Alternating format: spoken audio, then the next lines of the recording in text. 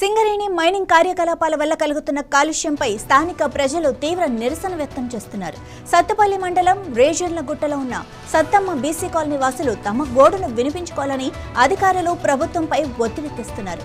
Mining ద్వారా వచ్చే దుమ్ము ధూళి బ్లాస్టింగ్ల వల్ల పడుతున్న ఇబ్బందులను ఏకరువు పెడుతున్నారు. సుసి క్యాంపస్ లోని మైనింగ్ లోకి శుక్రవారం వెళ్లిన కాలనీ వాసులు 11 గంటలు తమ నిరసన కొనసాగించారు.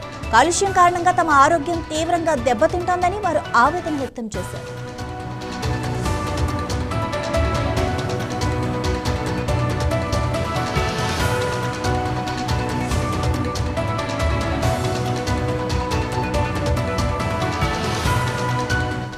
సింగరేణి మట్టి బొగ్గు తవ్వకాల బ్లాస్టింగ్ల వల్ల వెలువడే దుమ్ము ధూళితో తమ జీవితాలు దుర్భరంగా మారాయని సత్తమ్మ బీసీ కాలనీ వాసులు ఆరోపిస్తున్నారు.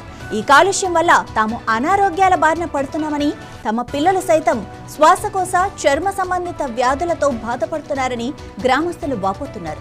తమ గోడును అధికారులకు పలుమార్లు విన్నవించినా పట్టించుకోవటం లేదని వారు ఆవేదన వ్యక్తం చేశారు. ఈ నేపథ్యంలో శుక్రవారం మధ్యాహ్నం 2 గంటల నుండి రాత్రి 2 గంటల వరకు సుసి క్యాంపస్లోని మైనింగ్ ప్రాంతంలోకి వెళ్లి ఆందోళన చేపట్టారు. తమకు న్యాయం చేయాలని 73 కుటుంబాలకు చెందిన బీసీ కాలనీ వాసులు డిమాండ్ చేశారు. అయితే సింగరేణి అధికారులు పోలీసుల సహకారంతో నిరసనకారులను మైనింగ్ ప్రాంతం నుండి బయటకు పంపించారు. తమను బెదిరిస్తున్నారని బాధితులు చెబుతున్నారు.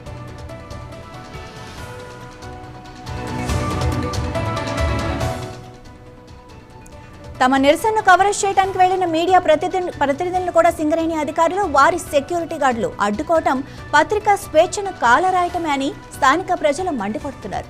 తమ కుటుంబాలకు మరో ప్రాంతంలో పక్కా గృహాలను నిర్మించి ఇవ్వాలని, సింగరేణి కాలుష్యం వల్ల వచ్చే వ్యాధుల నుండి తమను కాపాడాలని బాధితుల ప్రభుత్వాన్ని, సింగరేణి అధికారులను కోరుతున్నారు. తాము రోజు తినేది అన్నం కాదని, సింగరేణి బ్లాస్టింగ్ వల్ల వచ్చే దుమ్మే అని, తాగే నీరు కూడా కలుషితమైందని వారు ఆవేదన చెందుతున్నారు.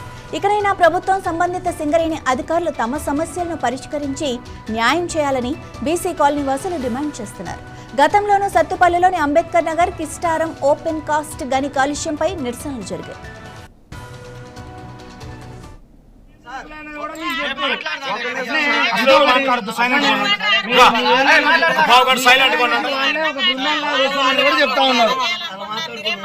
అసలు మనం మౌనంగా ఉందాం, మాట్లాడొద్దు, ఎవరు మాట్లాడదు, మౌనంగా ఉన్నాను అంతే.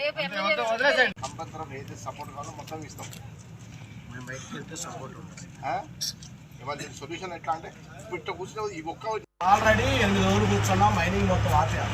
అప్పుడు ఆపినప్పుడు వచ్చి చూసి మొత్తం ఏం చేశారంటే ప్లాస్టింగ్, ఫ్లోరింగ్ ఇవన్నీ చేపించి ఆగమని ఎంత చెప్పినా కానీ ఈసారికి చూడండి మళ్ళీ అదే పొజిషన్ వస్తే తీపిచ్చేస్తామని పోయిన పిఓ గారు చాలీ గారు చెప్పారు. సరేనప్పుడు అందరం కలిసి లెగిసినాం. అప్పుడు ప్లాస్టింగ్, ఫ్లోరింగ్ అన్నీ చేపించారు, అంతా ఓకే అనుకున్నాం. మళ్ళీ మాకు సంవత్సరం మట్టి విపరీతంగా ఇళ్ళన్నీ పగిలిపోవటం, ఇసుకలన్నీ రాలిపోవటం, పునాదులు అట్లా కదిలిపోవటం, ఉండే పరిస్థితి లేదు అక్కడ. ప్రామోక్షాన్ని ఇక్కడ బాంబు పేలినప్పుడు మొత్తం స్టార్టింగ్ మాకు ఆ 70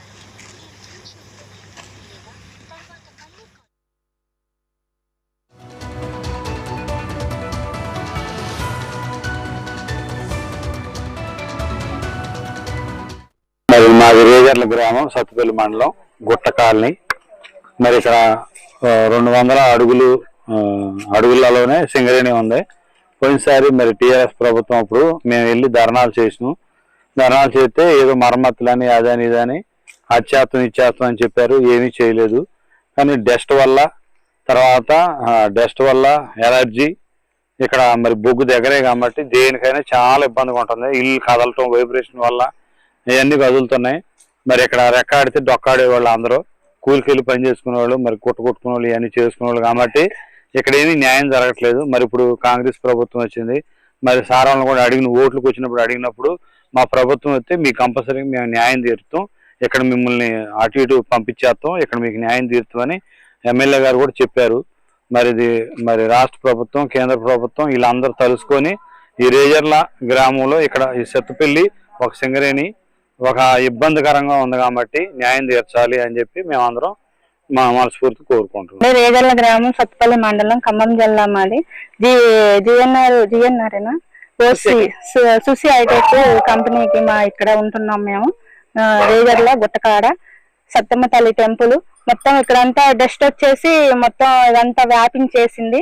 మొత్తం ఇంతకు ముందు ధర్నా చేయడానికి వెళ్ళాం. టీఆర్ఎస్ గవర్నమెంట్ వచ్చినప్పుడు ధర్నా చేయడానికి వెళ్ళాం. మరమ్మతులు ఇల్లులు బాగు చేస్తామని చెప్పారు.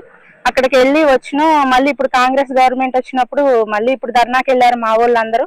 మా వాళ్ళని లోపలికి పిలిచారంట. మరి మొత్తం పోలీసు వాళ్ళంతా చుట్టుముట్టారు. వాళ్ళందరినీ అన్నానికి కూడా లోపలికి పంపించట్లేదంట. అటోళ్ళని ఇటు ఇటోళ్ళని అటోని ఎవరిని పంపించట్లేదు. మాకైతే ఈ ఏరియా మీరు చూసుకున్నా కూడా ఈ చుట్టుపక్కల ఎవరో లేరు. మొత్తం ధర్నాలోనే కూర్చున్నారు. మరి ఏం న్యాయం చేస్తారో మాకైతే అర్థం కావట్లేదు. ఇంతకుముందు ఇలాగే వచ్చారు, మీడియా వాళ్ళు వచ్చారు, అందరు చాలా మంది వచ్చారు, ఫోటోలు తీసుకున్నారు, అన్ని తీసుకున్నారు, పంపించేశారు.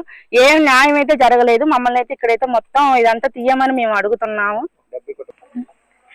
అయితే ఇక్కడ నుంచి జస్ట్ మొత్తం వచ్చేస్తుందంటే లోపలికి చిన్నపిల్లగాళ్ళకి మొత్తం పొక్కులు, వాళ్ళకి మంచినీళ్ళు తాగినా కడుపులో నొప్పి, 2 రోజులు 3 రోజులకి పిల్లలు కడుపులో నొప్పి అనడం, హాస్పిటల్కి వెళ్ళడం. జస్ట్ మొత్తం అయితే మొత్తం మంచి మీరు వర్ల కాడికి మంచినీళ్ళ కాడికి వచ్చినా మొత్తం ఇట్లా పేరుకొని ఉంటుంది. మొత్తం అయితే మీరు చూసుకున్నా గానీ అంతే ఉంటది. మొత్తం ఇంటి నిండా జస్ట్ రేపు పొద్దున అయితే ఒకసారి వచ్చి చూడండి. మొత్తం ఇళ్లలోకి వచ్చేసింది అదంతా. ఇల్లు అయితే మొత్తం ఇట్లా పగుళ్ళు వచ్చేసినాయి. మేము సీలింగ్లు చేయించుకున్నా కానీ మొత్తం పగుళ్ళు వచ్చేసినాయి ఇల్లులు మొత్తం. ఇక్కడ నుంచి లేపాలని మేమైతే కోరుకుంటున్నాం. మరి అదైతే జరగాలని మిమ్మల్ని అందరినీ అయితే కోరుకుంటున్నాం.